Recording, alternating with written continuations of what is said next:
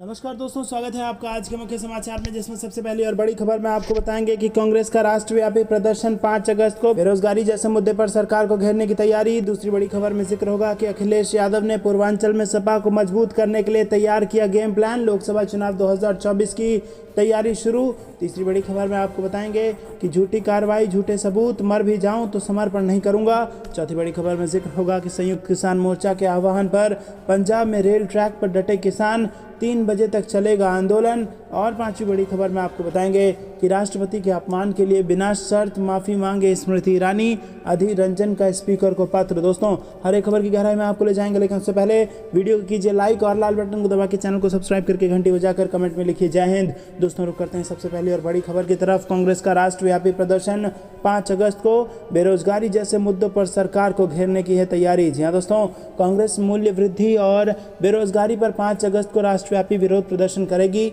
दिल्ली में पार्टी के सांसद प्रदर्शन के मद्देनजर संसद से चलो राष्ट्रपति भवन का आयोजन करेंगे और उसी दिन पीएम हाउस घेराव में सीडब्ल्यूसी के सदस्य और वरिष्ठ नेता हिस्सा लेंगे।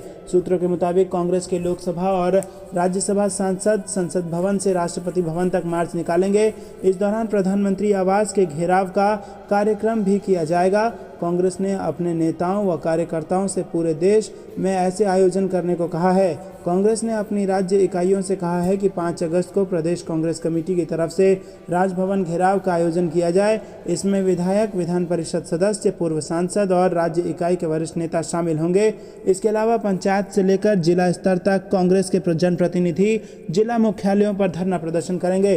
दोस्तों, रुक करते हैं अगली बड़ी खबर की तरफ। अखिलेश यादव ने पूर्वांचल में सपा को मजबूत करने के लिए तैयार किया गेम प्लान, लोकसभा चुनाव 2024 की तैयारी कर दी शुरू। जी हाँ दोस्तों, आपको बता दें कि लोकसभा चुनाव 2024 को ध्यान में रखते हुए पार्टी के राष्ट्रीय अध्यक्ष अखिलेश यादव ने इसका प्लान तैयार कर लिया है। सपा को मजबूत करने के लिए पदयात्रा की शुरुआत 9 अगस्त को अगस्त क्रांति दिवस के मौके पर गाजीपुर से होगी और सुहेलदेव भारतीय समाज पार्टी के अलग होने के बाद अब सपा पूर्वांचल के जिलों को मजबूत करने में जुट गई है। सपा 9 अगस्त से गाजीपुर जिले से देश बचाओ देश बनाओ समाजवादी पदयात्रा निकालेगी।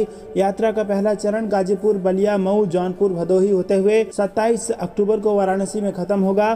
प्रदेश अध्यक्ष नरेश उत्तम पटेल ने इसका कार्यक्रम जारी कर दिया है और सपा ने इस यात्रा की अगुवाई का जिम्मा गाजीपुर के सपा नेता अभिषेक यादव को सौंपा है। दोस्तों, रुक करते हैं अगली बड़ी खबर की तरफ। झूठी कार्रवाई, झूठे सबूत, मर जाऊंगा लेकिन समर्पण नहीं करूंगा, संजय राउत ने दिया यह बयान। जी हाँ दोस्तों, पात्रा चौल घोटाले में प्रवर्तन निदेशालय का सामना कर रहे संजय राउत की मुश्किलें बढ़ती जा रही हैं। सुबह सुबह ईडी के अधिकारी संजय राउत के घर पहुंच गए और उनसे घर पर ही पूछताछ जारी है। इस बीच संजय राउत ने ट्वीट किया है। उन्होंने अपने ट्विटर हैंडल पर लिखा है कि मेरा किसी घोटाले से कोई लेने देना नहीं है। ये मैं शिवसेना प्रमुख बाला साहेब ठाकरे की शपथ लेकर कह रहा हूँ। बाला साहेब ने हमें लड़ना सिखाया है, मैं शिवसेना के लिए लड़ना जारी रखूंगा। उन्होंने ईडी की कार्रवाई को झूठी कार्रवाई बताया, कहा झूठे सबूत हैं, मैं शिवसेना नहीं छोड़ूंगा, मैं मर भी जाऊं तो समर्पण नहीं करूंगा। दरअसल महाराष्ट्र के 1000 करोड़ से ज्यादा के पात्रा चौल जमीन घोटाला मामले में ईडी की टीम संजय राउत से पूछताछ कर रही है। 1 जुलाई को संजय राउत ईडी के सामने पेश हुए थे। ईडी ने 20 जुलाई व 27 जुलाई को उन्हें दोबारा पूछताछ के लिए बुलाया था। हालांकि राउत ईडी के दफ्तर नहीं पहुंचे, ऐसे में उन पर जांच में सहयोग न करने का आरोप है। माना जा रहा है कि ईडी की टीम राउत को हिरासत में लेकर पूछताछ कर सकती है। यह मामला मुंबई के गोरेगांव इलाके में पात्रा चौल से जुड़ा है। यह Maharashtra housing and area development authority का भूखंड है और इसमें करीब 1034 करोड़ का घोटाला होने का आरोप है। और इस केस में संजय राउत की 9 करोड़ रुपए और राउत की पत्नी वर्षा की 2 करोड़ रुपए की संपत्ति जब्त हो चुकी है। आरोप है कि रियल एस्टेट कारोबारी प्रवीण राउत ने पात्रा चौल में रह रहे लोगों से धोखा किया और एक कंस्ट्रक्शन कंपनी को इस भूखंड पर 3000 फ्लैट बनाने का काम मिला था और इनमें से 672 फ्लैट पहले से यहां रहने वालों को देने थे। शेष MHADA और उक्त कंपनी को दिए जाने थे, लेकिन वर्ष 2011 में इस विशाल भूखंड के कुछ हिस्सों को दूसरे बिल्डरों को बेच दिया गया था। दोस्तों, रुक करते हैं अगली बड़ी खबर की तरफ। संयुक्त किसान मोर्चा के आह्वान पर पंजाब में रेल ट्रैक पर डटे किसान, 3 बजे तक चला आंदोलन। जी हाँ दोस्तों, संयुक्त किसान मोर्चा के आह्वान पर भारतीय किसान यूनियन एकता उग्राहा के बैनर तले किसानों ने रविवार सुबह 11 बजे रेल ट्रैक पर धरना लगा दिया। किसानों ने 3 बजे तक रेल पटरी पर धरना लगाकर केंद्र सरकार के खिलाफ प्रदर्शन कर दिया। किसानों का आरोप है कि दिल्ली में किसान आंदोलन समाप्त करवाने के लिए केंद्र सरकार ने किसानों से जो वादे किए थे वो पूरे नहीं किए हैं। वहीं दिल्ली जम्मू तवी रेलवे स्टेशन पर पठानकोट कैंट रेलवे स्टेशन के सबसे महत्वपूर्ण रेलवे फाटक पर किसानों ने धरना लगाया। संयुक्त किसान मोर्चा के आह्वान पर मुक्तसर में बड़ी संख्या में किसानों ने रविवार का रेलवे प्लेटफॉर्म पर धरना दिया। दोस्तों रुक करते हैं अगली बड़ी खबर की तरफ। राष्ट्रपति के अपमान के लिए बिना शर्त माफी मांगे स्मृति ईरानी, अधीर रंजन का स्पीकर को पत्र। जी हाँ दोस्तों, स्पीकर को लिखे पत्र में कांग्रेस नेता अधीर रंजन चौधरी ने कहा कि मैं ये भी बताना चाहूँगा कि जिस तरह से स्मृति ईरानी सदन में माननीय राष्ट्रपति महोदय का नाम ले रही थी वो उचित नहीं था। वो माननीय राष्ट्रपति या मैडम श्रीमती जैसे आधार सूचक शब्दों का इस्तेमाल किए बगैर बार बार द्रौपदी मुर्मू चिल्ला रही थीं और इसीलिए अब स्मृति ईरानी को राष्ट्रपति द्रौपदी मुर्मू से माफ़ी मांगनी चाहिए। दोस्तों रुक करते हैं अगली बड़ी खबर की तरफ। मीराबाई चानू ने जीता गोल्ड मेडल, बिंदिया रानी ने जीता चांदी। जी हाँ दोस्तों, CWG गेम से बड़ी खबर। कॉमनवेल्थ खेलों में पहले दिन भारत ने कोई पदक नहीं जीता था, लेकिन दूसरे दिन मीराबाई चानू ने स्वर्ण पदक जीतकर देश का नाम रोशन किया। दूसरे दिन भारत ने कुल 4 पदक जीते और चारों पदक वेट लिफ्टिंग में ही आए हैं। दोस्तों ये बड़ी खुशखबरी, गर्व की बात है देश के लिए। आप वीडियो को लाइक ज़रूर कीजिएगा। रुक करते हैं अगली बड़ी खबर की तरफ, जिसमें आपको बता दें कि मौसम विभाग से बड़ी खबर आ रही है। देश के 9 राज्यों में बारिश का अलर्ट, यूपी के कई जिलों में जमकर बरसेंगे बादल।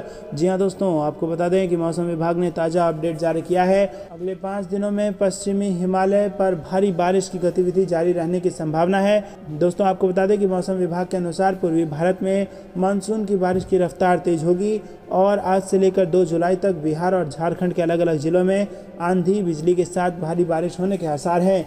वहीं आज और कल ओडिशा, बंगाल के गंगीय पश्चिम क्षेत्र में तेज बारिश होगी। इसके अलावा अगले 4 दिनों के दौरान उप हिमालयी पश्चिम बंगाल, सिक्किम, असम, मेघालय और नागालैंड, मणिपुर में बारिश की संभावना है। मौसम विभाग ने उत्तर प्रदेश के 20 से अधिक जिलों में बारिश की संभावना जताई है। अयोध्या, शामली, गाजीपुर, लखीमपुर खीरी, सीतापुर, बिजनौर, सहारनपुर समेत कई सारे ऐसे जिले हैं जहां पर तेज बारिश के आसार हैं। दोस्तों रुक करते हैं अगली बड़ी खबर की तरफ। नड्डा के खिलाफ वापस जाओ के नारे लगे, AISA ने घेराव भी किया है। जी हाँ दोस्तों, पटना कॉलेज में भारतीय जनता पार्टी अध्यक्ष JP नड्डा को छात्रों के विरोध का सामना करना पड़ा। कॉलेज में छात्र संगठन आइसा ने JP नड्डा के खिलाफ नारेबाजी की, साथ ही उनकी कार का घेराव भी किया। भाजपा अध्यक्ष पटना कॉलेज में एक कार्यक्रम में शामिल होने के लिए आए थे। वो जैसे ही कैंपस में पहुंचे उसके बाद अपनी गाड़ी से बाहर निकले तो छात्रों ने उनके खिलाफ नारेबाजी शुरू कर दी। मामले को बढ़ता देख JP नड्डा अपनी कार में वापस बैठ गए और इसके बाद भी छात्र नहीं रुके। उन्होंने उनकी कार को भी घेर लिया और इस दौरान प्रदर्शनकारी छात्र पटना विश्वविद्यालय को सेंट्रल यूनिवर्सिटी का दर्जा देने के भी मांग करते सुने जा सकते हैं। JP नड्डा खुद भी पटना कॉलेज के छात्र रह चुके हैं। खास बात यह है कि JP नड्डा के खिलाफ पटना कॉलेज में उस वक्त विरोध प्रदर्शन हो रहा है जब राज्य में NDA गठबंधन की सरकार है। ऐसे में सवाल ये उठता है कि क्या राज्य सरकार और पुलिस को इस विरोध प्रदर्शन और नारेबाजी की पहले से कोई सूचना कैसे नहीं मिली। दोस्तों आपको बता दें कि इन दिनों बिहार की राजधानी पटना में बीजेपी एक बड़ी बैठक का आयोजन कर रही है। बिहार में लंबे अरसे बाद भारतीय जनता पार्टी ऐसी किसी बैठक का आयोजन कर रही है और इस बैठक के दौरान पार्टी के शीर्ष नेता, जिनमें गृह मंत्री अमित शाह और JP नड्डा भी शामिल हैं, देश भर के वरिष्ठ पार्टी नेताओं से संवाद कर रहे हैं। हालांकि बीजेपी की इस बैठक को लेकर बिहार के मुख्यमंत्री नीतीश कुमार खासे उत्साहित नहीं दिख रहे। यही वजह है कि वो इस बैठक से दूरी बना सकते हैं। रुक करते हैं अगली बड़ी खबर की तरफ। भाजपा के 200 सीटों पर चुनाव लड़ने की तैयारी पर JDU अध्यक्ष ललन सिंह का बड़ा बयान। कहा, हमारा 243 सीटों पर लड़ने का है प्लान। जी हाँ दोस्तों, बिहार में गठबंधन को बड़ा खतरा यहाँ पर नजर आ रहा है। दोस्तों, जनता दल यूनाइटेड के राष्ट्रीय अध्यक्ष राजीव रंजन सिंह उर्फ ललन सिंह ने शनिवार को मीडिया से बातचीत में बड़ा बयान दिया। बिहार विधानसभा चुनाव में भारतीय जनता पार्टी के द्वारा 200 सीटों पर लड़ने से जुड़े सवाल पर ललन सिंह ने कहा कि 243 सीटों पर हाथ आजमाने का प्लान वो कर रहे हैं और बीजेपी के तैयारी से शुरू करने से जुड़े सवाल के जवाब में ललन सिंह ने कहा कि ये कोई बड़ी बात नहीं है, सभी पार्टी तैयारी करती है। और इस दौरान ललन सिंह ने आरसीपी सिंह पर भी प्रतिक्रिया दी। बिहार का मुख्यमंत्री आरसीपी सिंह जैसा हो नारे पर जेडीयू के राष्ट्रीय अध्यक्ष ने कहा कि बिहार में सीएम पद की कोई वैकेंसी नहीं है। जेडीयू के एक एक कार्यकर्ता के मन में नीतीश कुमार बसे हैं, ऐसे में सीएम को लेकर राज्य में कोई किंतु परंतु है ही नहीं। बता दें कि बिहार में विधानसभा की कुल 243 सीटें हैं और अभी राज्य में जनतांत्रिक गठबंधन की सरकार है। एनडीए के पास कुल 127 सीटें हैं। इसमें भारतीय जनता पार्टी के पास 77, जनता दल यूनाइटेड के पास 45, हिंदुस्तान आवाम मोर्चा के पास 4 तो एक निर्दलीय विधायक है।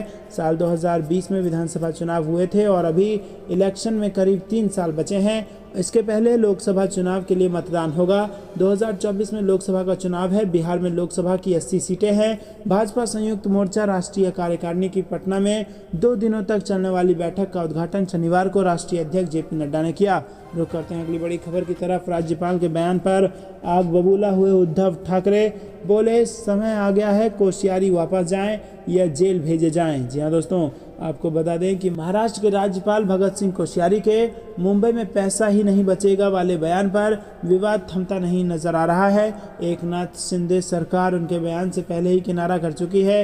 वहीं शिवसेना प्रमुख उद्धव ठाकरे ने अब राज्यपाल से उनके बयान के लिए माफ़ी की मांग की है। साथ ही कहा है कि अब तय करने का समय आ गया है कि वो राज्यपाल जेल जाएंगे या राज्य से वापस जाएंगे। दोस्तों, उद्धव ठाकरे ने राज्यपाल भगत सिंह कोश्यारी पर आरोप लगाया कि वो मुंबई और ठाणे में शांति से रह रहे हिंदुओं को बांटने का काम कर रहे हैं।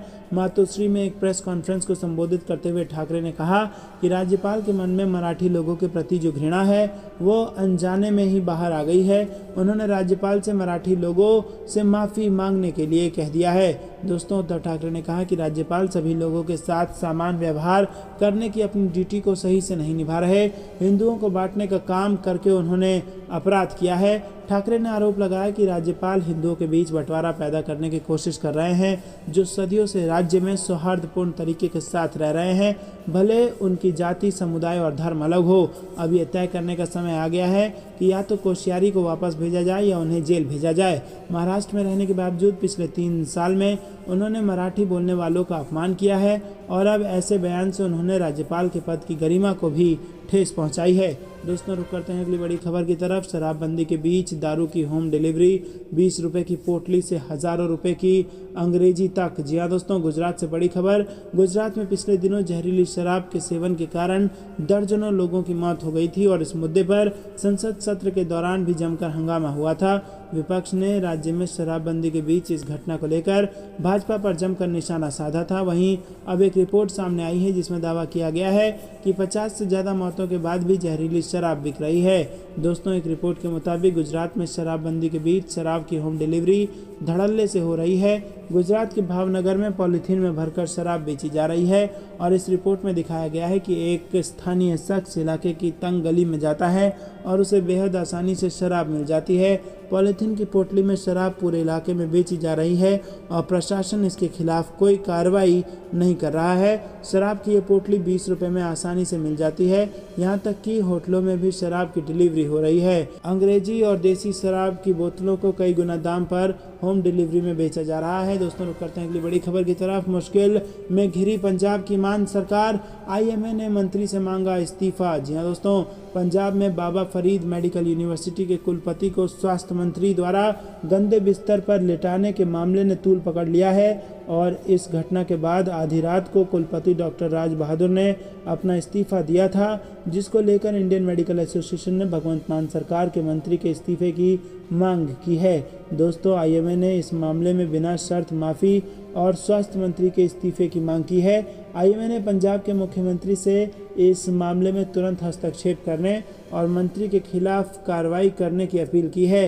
आईएमए ने एक बयान में कहा कि पंजाब के स्वास्थ्य मंत्री की अपमानजनक कार्रवाई की वो कड़ी निंदा करता है, जिन्होंने 29 जुलाई को बीएफयूएचएस के कुलपति डॉक्टर राज बहादुर को अपमानित किया और ये न केवल कुलपति का अपमान है बल्कि इससे पूरे भारत में पूरे चिकित्सा बिरादरी का अपमान हुआ है।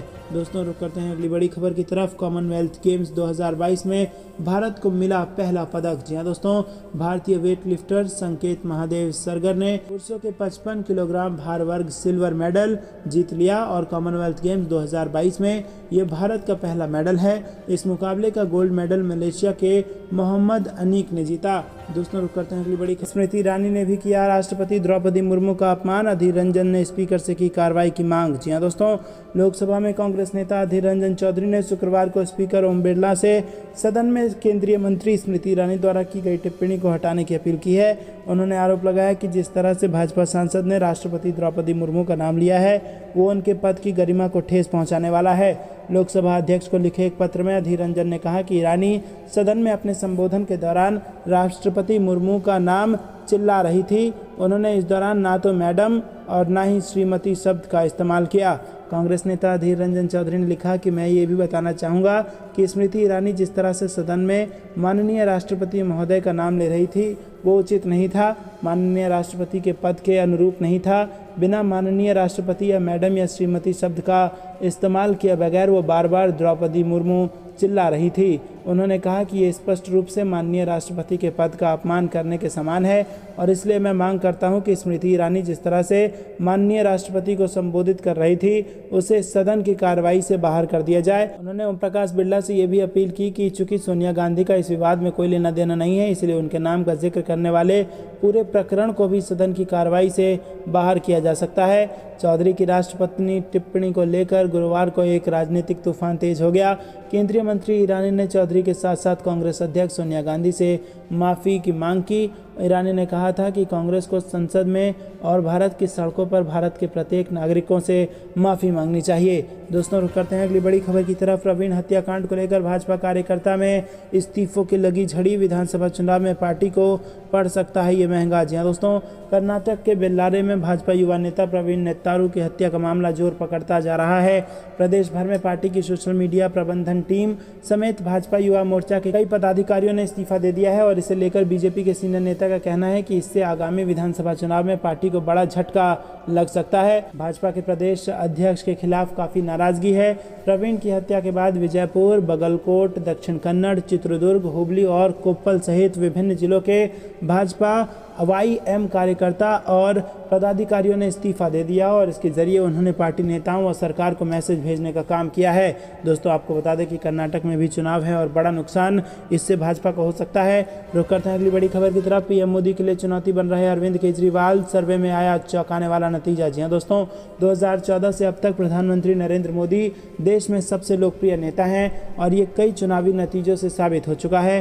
2014 और 19 के लोकसभा चुनाव में उन्होंने प्रचंड बहुमत के साथ सरकार बनाई, लेकिन पहले कोरोना महामारी और अब विपक्ष की ओर से महंगाई बेरोजगारी का मुद्दा बनाए जाने के बीच सवाल उठ रहा है कि क्या 2024 के लोकसभा चुनाव में भाजपा वापसी कर पाएगी या विपक्ष मोदी को सत्ता से हटाने में कामयाब रहेगा। एक ताजा सर्वे में इसको लेकर अनुमान लगाया गया है। दोस्तों आपको बता दें कि सर्वे में कहा गया है कि यदि देश में लोकसभा चुनाव कराया जाए तो एनडीए की मुसीबत बढ़ सकती है। गैर एनडीए और गैर यूपीए दलों को 84 सीटों पर जीत हासिल हो सकती है। दोस्तों जी हाँ, आपको बता दें कि जो एनडीए में नहीं है और यूपीए में नहीं है उनके अलावा जो पार्टियां हैं उनको मिलाकर 84 सीटों पर जीत हासिल हो सकती है। और सर्वे में ये भी पता लगाने की कोशिश की गई कि पीएम का विकल्प किसे माना जा रहा है, तो इसमें राहुल गांधी रेस में सबसे आगे हैं। लेकिन आपको बता दें कि आम आदमी पार्टी के मुखिया अरविंद केजरीवाल भी बहुत तेज़ी से आगे बढ़ रहे हैं और पीएम मोदी के लिए चुनौती बनते जा रहे हैं। दोस्तों आपको बता दें कि अब मोदी के लिए राह आसान रहने वाली नहीं है। सर्वे से तो कहीं ना कहीं यही पता लग रहा है। दोस्तों रुक करते हैं अगली बड़ी खबर की तरफ। महाराष्ट्र में मध्यावधि चुनाव की आशंका पर बोले शरद पवार, कहा कल हो जाए चुनाव तो भी हम हैं तैयार। जी हाँ दोस्तों, राष्ट्रवादी कांग्रेस पार्टी अध्यक्ष शरद पवार ने शुक्रवार को कहा कि अगर कल ही चुनाव की घोषणा की जाती है तो भी उनकी पार्टी इसके लिए तैयार है। पवार ने नासिक में मीडिया कर्मियों से कहा कि इस पर चर्चा की जा रही है कि क्या मध्यावधि चुनाव होंगे। अगर कल घोषणा हुई तो हम चुनाव के लिए तैयार हैं और यहाँ तक कि अगर कोई चुनाव नहीं होता है तो भी हम घटनाक्रम पर कड़ी नज़र रख रहे हैं। उन्होंने कहा कि जब लोगों को वोट देने का मौका मिलेगा तो मौजूदा स्थिति बदल जाएगी। एकनाथ शिंदे के नेतृत्व वाली सरकार की शपथ लेने के कुछ दिनों बाद पवार ने एक पार्टी कार्यक्रम में एनसीपी संगठनों और पार्टी विधायकों को जमीनी स्तर पर काम करना शुरू करने के लिए कहा था। एनसीपी के प्रदेश अध्यक्ष जयंत पाटिल ने भविष्यवाणी की थी कि नई सरकार लंबे समय तक नहीं चलेगी।